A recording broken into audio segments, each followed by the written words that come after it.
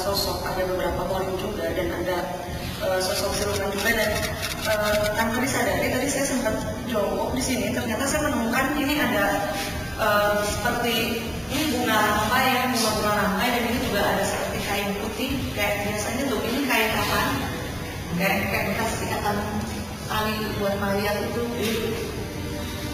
Berarti memang karena memang tempat ini lama kosong ada beberapa oknum-oknum atau orang-orang yang memang dengan sengaja datang ke tempat ini melakukan ritual.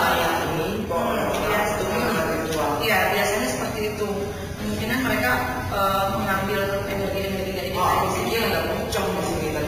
Ya, biasanya memang bisa dibawa untuk dipergunakan sebagai media ritual mereka untuk lebih bisa cepat berinteraksi atau memanggil sosok-sosok baik dan memang bertemu di sini ya sosok-sosok silumannya.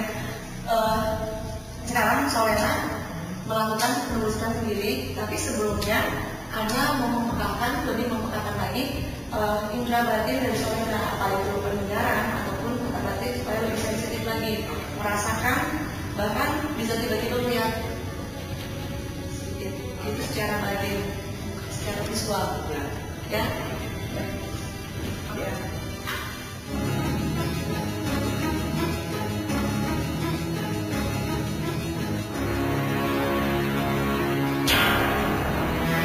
Selama penelusuran saya akan merasakan hal-hal yang memang sebelumnya belum pernah saya rasakan.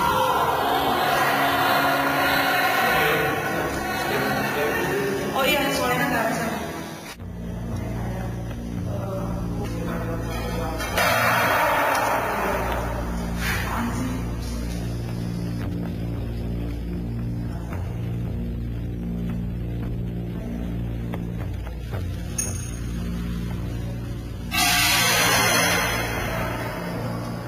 Saya keluar dari ruangan ini.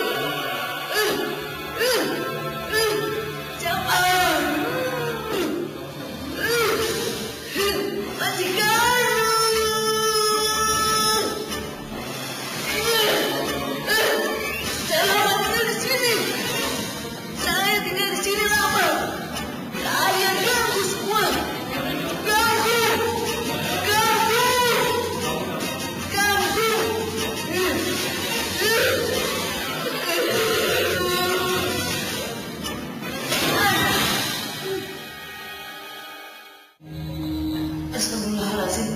Ya Allah, colongan ini masih merinding banget ya. Pemirsa, ketika Ana berkomunikasi dengan sosok laki-laki yang ada di sini, dari belakang Ana seperti mendapat tarikan dan ternyata di situ ada satu sosok yang masuk. Ana yakin itu sosok laki-laki karena di belakang tadi Ana merasa ada seperti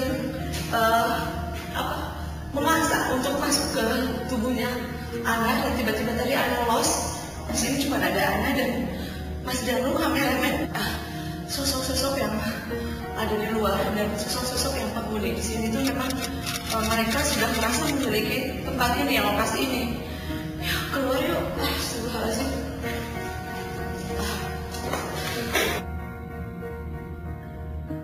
Solena penasaran bagaimana perasaan Solena setelah mengikuti penelusuran di jejak paranormal.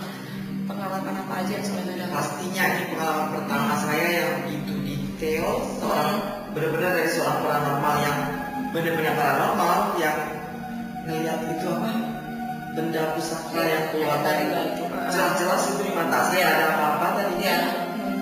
Itu saya lihat ada dua batu. Terus yang saya jujur saya tadi sempat mikir mungkin ada nggak tahu ada kru ninggalin suara perempuan nangis atau apa. Nah Dan setelah kita telusuri ke situ, kita cek, memang ya. nggak, memang kosong, memang nggak ada aku, memang nggak ada apa-apa.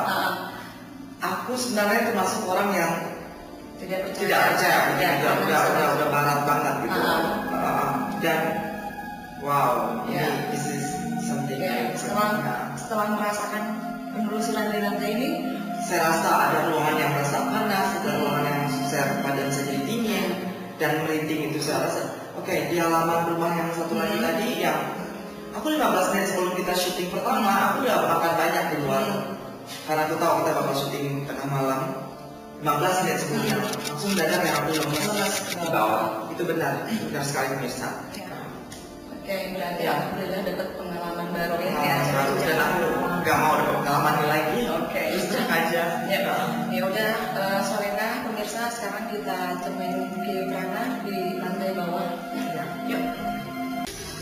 Selagi Ana dengan Solena melakukan penelusuran di dalam, kita melakukan penelusuran di sini.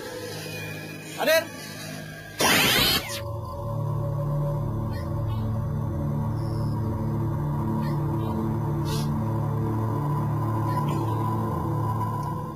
Pada saat saya melakukan komunikasi di sini, tepatnya di seberang rumah ini, salah satunya, sekitar tahun 2006, ada pernah kasus mayat yang dibuang.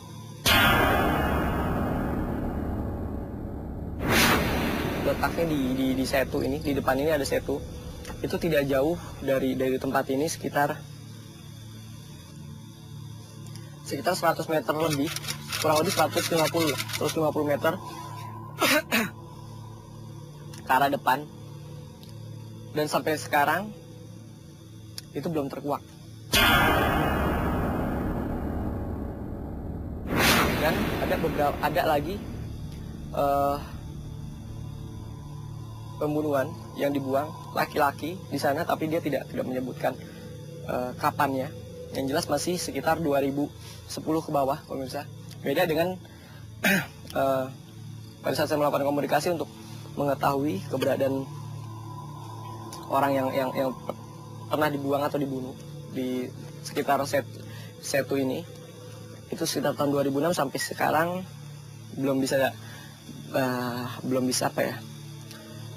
dikuak kasusnya. Karena mungkin sudah cukup lama juga ya. Karena tidak diketemukan barang-barang bukti seperti identitas korban. Nah, itu yang mungkin menyulitkan pihak-pihak yang berwajib ya, pemirsa.